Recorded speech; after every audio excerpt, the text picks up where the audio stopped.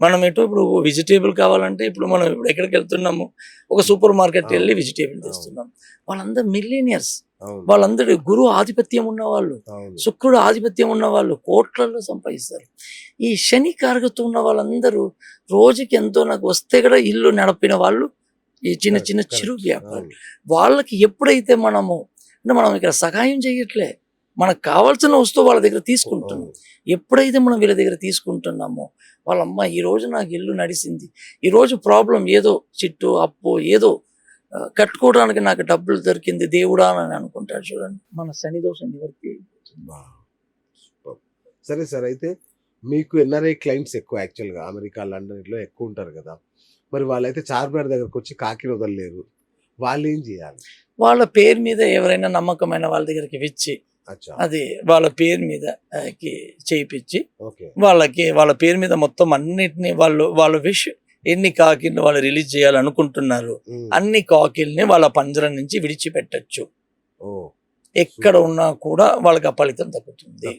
So ఆ డబ్బులు ఎవరిది? వాళ్ళదే కదా, ఆ పుణ్యం వాళ్ళకే వెళ్తుంది. ఓకేనండి, ఆ కాకికి మనం విడిచిపెడుతున్నాం, బట్ ఆ పుణ్యం అనేది దానికి మన యూనివర్సల్ గా తెలుస్తుంది కదా, ఈ డబ్బులు ఎవరు ఇచ్చారు ఆ పుణ్యం వాళ్ళకే వెళ్తుంది. సో ఖచ్చితంగా వాళ్ళకి కూడా ఈ దోష పరిహారం నివర్తి దీని ద్వారా ఈజీగా. సో మనం ఇంతకుముందు మాట్లాడినప్పుడు మీరు చెప్పారు, ప్రాచీన వృక్ష శాస్త్రంలో ప్రతి నక్షత్రానికి ఒక చెట్టు ఉంటుంది, అది మన మనిషి శరీరంతో అనుసంధానమై ఉంటుంది అని చెప్పారు. ఏంటి సార్ అది నాకు అర్థం కాల.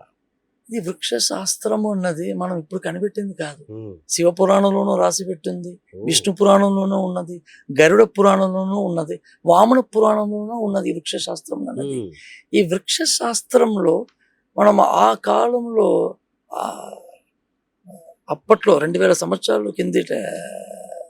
కిందట వాళ్ళు యూజ్ చేసుకున్న శాస్త్రం, మన మీద దాన్ని పట్టించుకోలేదు, మనకి చెప్పేవాళ్ళు లేక మనం పట్టించుకోవటం లేదు, మనకి చెప్పేవాళ్ళు లేక మనకి తెలియలేదు. సో ఇది మన తప్పే, వాళ్ళ తప్పు కాదు.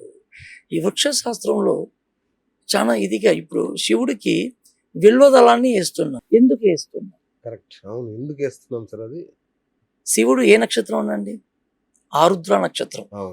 ఓకేనండి, అతని 9వ నక్షత్రము అతనికి వచ్చేది చిత్తా నక్షత్రం. ఈ చిత్తా నక్షత్రం చెట్టే విల్వ వృక్షము. ఓకేనండి, సో ఇది ఎప్పుడైతే అతనికి వేస్తున్నామో అతను అంత ప్రీతి చెందుతాడు. చాలా మీరు ఏది చేయక్కర్లే, అతనికి ఒక్క విల్వదళాన్ని ఇచ్చి అతనికి సమర్పిస్తేనే చాలు. కోటది త్రిగుణం త్రిగుణాకారం త్రిసింధ త్రియాయుధం త్రిజన్మ పాప సంహారం ఏక విల్వం శివార్పణం. సో అతని 9వ ఒక నక్షత్ర చెట్టుని మనం అక్కడ వేస్తున్నాము. ఇప్పుడు లక్ష్మీదేవిని చూసుకోండి, ఉత్తర నక్షత్రం, ఆవిడది 18వ నక్షత్రము భరణి నక్షత్రం. అంటే ఇది ఏదొచ్చింది? భరణి నక్షత్రం అని అంటే ఉసిరికాయ చెట్టు. మనం కార్తీక మాసంలో అంతా చూడండి ఉసిరికాయతోటి ఆవిడకి కింద వెళ్ళి దీపాలు వెలిగిస్తాము. కొన్ని రాష్ట్రాలలో ఉసిరికాయతోటి మాల వేసి లక్ష్మీదేవికి మాల సమర్పిస్తారు. ఎందుకు ఉసిరికాయ అంటే ఆవిడ వృక్షం, అది భరణి నక్షత్రానికి ఉసిరికాయ చెట్టు. ఎవరైతే ఈ భరణి నక్షత్రం ఉన్న వాళ్ళు ఉసిరికాయ చెట్టుని వెళ్ళి ఒక టెంపుల్లో వెళ్ళి దాన్ని ప్రతిష్ఠ చేపించి దాన్ని బాగా ప్లాంట్ చేపిస్తారు. అది ఎప్పుడు పెద్ద వృక్షంగా పెరుగుతుందో వాళ్ళకి తిరిగి చూడాల్సిన పని లేదు, వాళ్ళకి అన్ని దోషాలు పటాపంచలేకపోతుంది.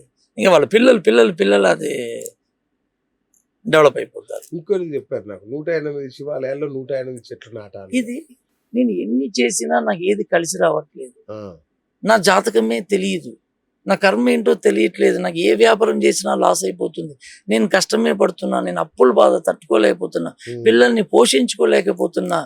ఇవి ఇలాగ ఉన్నవాళ్ళు 108 విల్వ వృక్షాలని 108 శివాలయాలలో ప్రతిష్ఠ చేపిస్తే వాళ్ళ లైఫే మారిపోతుంది. ఇది ఓపెన్ ఛాలెంజ్ చేస్తాను. అది ఎప్పుడైతే పెరిగి ఆ గుడిలలో వీళ్ళు ప్రతిష్ఠ చేసిన గుడిలలో వచ్చే ప్రతి భక్తులు అది పెరిగిన తర్వాత దాంట్లో ఉన్న ఆకునైతే ఎప్పుడైతే శివుడి దగ్గర సమర్పిస్తారో అక్కడి నుంచి వీళ్ళ లైఫే మారిపోతుంది. ఎన్ని దోషాలు మొత్తం వీళ్ళ జీవితమే మారిపోతుంది. దీనిలో ఖర్చు ఏమున్నదండి, ఏమి. ఇది కూడా వర్తిస్తుంది సార్, ఏదైనా వాళ్ళ డబ్బే కదా చేసుకోవచ్చు, ఎవరైనా చేసుకోవచ్చు. వాళ్ళ డబ్బులతో ఏది చేసినా అచ్చా వాళ్ళకి అది ఆ పుణ్యం వాళ్ళకి వదిలిపెట్టదు, వాళ్ళ దగ్గరికి వెళ్ళి చేరుతుంది. ఓకే ఇది వృక్షశాస్త్రంలో చెప్పబడిన అతి సూక్ష్మమైన పరిహారము. ఉమ్. ఇప్పుడు అంటే ఒక నక్షత్రం ఉంది, ఆ నక్షత్రం సంబంధించిన చెట్టు వచ్చింది, దాన్ని ఎక్కడ నాటాలి, ఎలా నాటాలి, ఎట్లా సంరక్షించాలి, ఒకవేళ చనిపోతే అన్న ప్రాబ్లమా?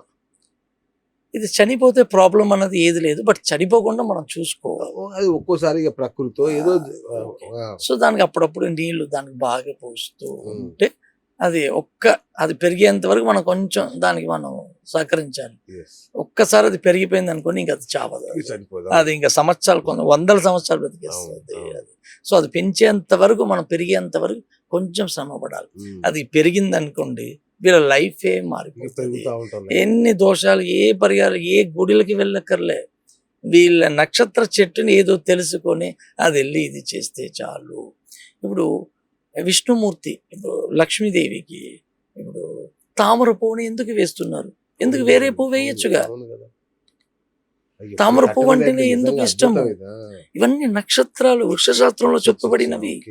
సో ఈ చెట్టు ఈ ఒక దేవుడికి ఇది ఎన్నో నక్షత్రం వస్తుంది, అదే కలిసి వస్తుంది. ఆ నక్షత్రానికి మనం వేస్తే మనకి రెమెడీ చాలా బాగా ఫలితాన్ని ఇస్తుంది.